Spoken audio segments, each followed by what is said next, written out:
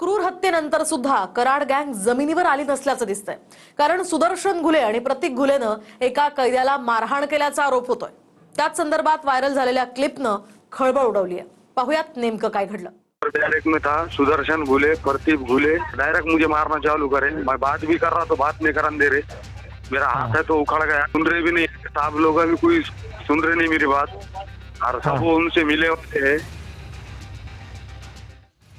संतोष देशमुखांचा क्रूरपणे खून करणाऱ्या कराड गँगची दहशत तुरुंगातही सुरू असल्याची क्लिप व्हायरल झाली आहे। बीड कारागृहात बसण्याच्या जागेवरून प्रतीक घुले आणि सुदर्शन घुलेनं एका कैद्याला मारहाण केली। धक्कादायक म्हणजे या क्लिपमध्ये इथल्या आधीच्या जेलरची बदली करून आत्ताचा जेलर आम्हीच आणलाय, आमचं कुणीच काही बिघडवू शकत नाही, जरांगे पाटलांना गोळ्या घालून ठार मारण्याचा प्लॅनही शिजत असल्याचा उल्लेख या क्लिपमध्ये आहे। जेलरला बोललो, जेलर म्हणला जेलर त्यांचाच माणूस आहे। ती म्हणाले कसंही फरक करतो तुझा, मी सांगतो कसं करायचं, आमचं काय वाकडं होत नाही। संतोष देशमुख प्रकरण करून टाकीन म्हणले, मला धमक्या दिले रात्री। हमारे पुलिस वाले है बाहेर, हम पैसे खिलाए तो हमारे तरीकाच बोलते। जरांगे पाटील शिव्या देते, पण त्याला म्हणले गोविंद फडलाय तुझा, गेल्यावर त्याच्या सदर गोळ्या घाल, तुला काय पैसे लागतात मी देतो। क्लिपनुसार संतोष देशमुखांचे मारेकरी प्रतीक घुले आणि सुदर्शन घुलेनं अजर पठाण नावाच्या एका कैद्याला मारहाण केली।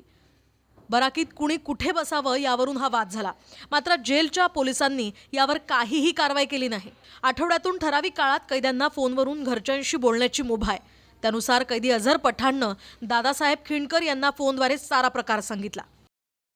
वो रात में उन्होंने मेरे आंग पे आए पूरे। मैं पर डायरेक्ट में था सुदर्शन घुले, प्रतीक घुले, और डायरेक्ट मुझे मारना चालू करे। मैं बात भी कर रहा तो बात नहीं करने दे रहे। मेरा हाथ है तो उखड़ गया, ऊपर हड्डी निकल गई। मैंने बोला मैं तुम्ही जेलरला बोलले का? जेलरला बोललो, जेलर म्हणला जेलर त्यांचाच माणूस आहे, त्यांच्या खूप पैसे गिसे घेते पण, आणि त्याची बदली पहिले जे जेलर साहेब होते त्यांची बदली गायकवाड साहेब जे होते त्यांची बदली त्यांनीच केली। और अभी जो जेलर आए चांदने साहब, उनको सुप्रिंटेंडेंट बना इन्होंने, करके वो भी मेरा सुन रहे थे और मुझे डरा रहे, मुझे धमक्या दे रहे। संतोष देशमुख प्रकरण करून टाकीन म्हणले, मला धमक्या दिले रात्री। मी म्हणलं बघू, म्हणलं मी कोर्टाला सांगतो।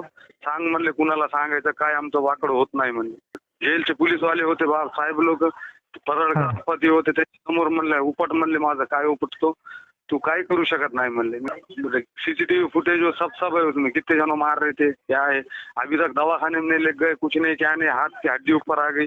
तुम मेरे को न्याय दिलाओ भाऊ, भी करो, मेरे को न्याय दिलाओ। इतना बहुत बोले तो बहुत दादागिरी कर रहे हो, किसको डरा रहे, मेरे को बोले तेरी जेल बदली करेंगे, नहीं तो तू छूटा कभी भी तो तेरे को एमपीडी गुना लगाने लगेंगे।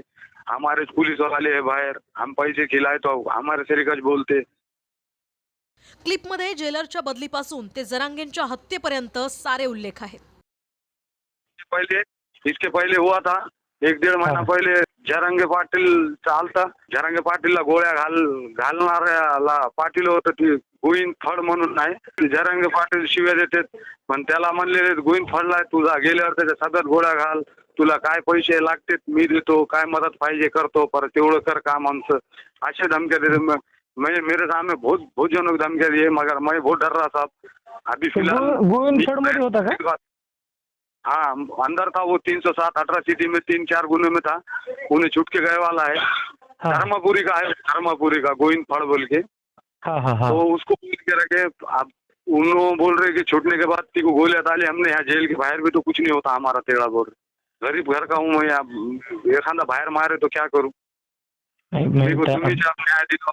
गोळ्या घालायला येणार आहे का मला, ते चांगली गोष्ट आहे, तू ये तर फक्त, मग तुला लक्षात येईल त्याचे दुष्परिणाम काय असते, परिणाम काय असते काय बरं का।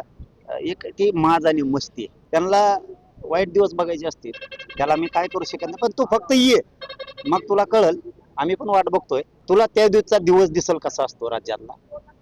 तू नुसतं गोळ्या घालायचं लांबच राहिलं, तू नुसतं बघून पण जाय, तुला उद्रेक काय असतो ना की डबल एकदा भारत देश बघल। यावर बीड जेल प्रशासन सावध भूमिकेत आहे। मारहाण नसून फक्त बाचाबाची झाल्याचं जेल अधीक्षक सांगतायत।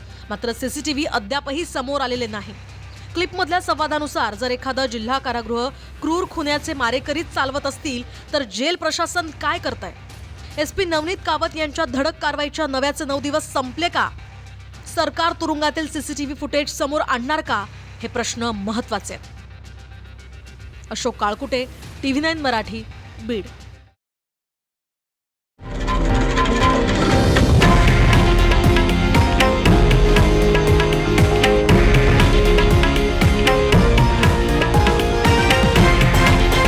हे आहे देशातील नंबर 1 न्यूज नेटवर्क आणि आपण पाहत आहात TV9 मराठी, एकमेव.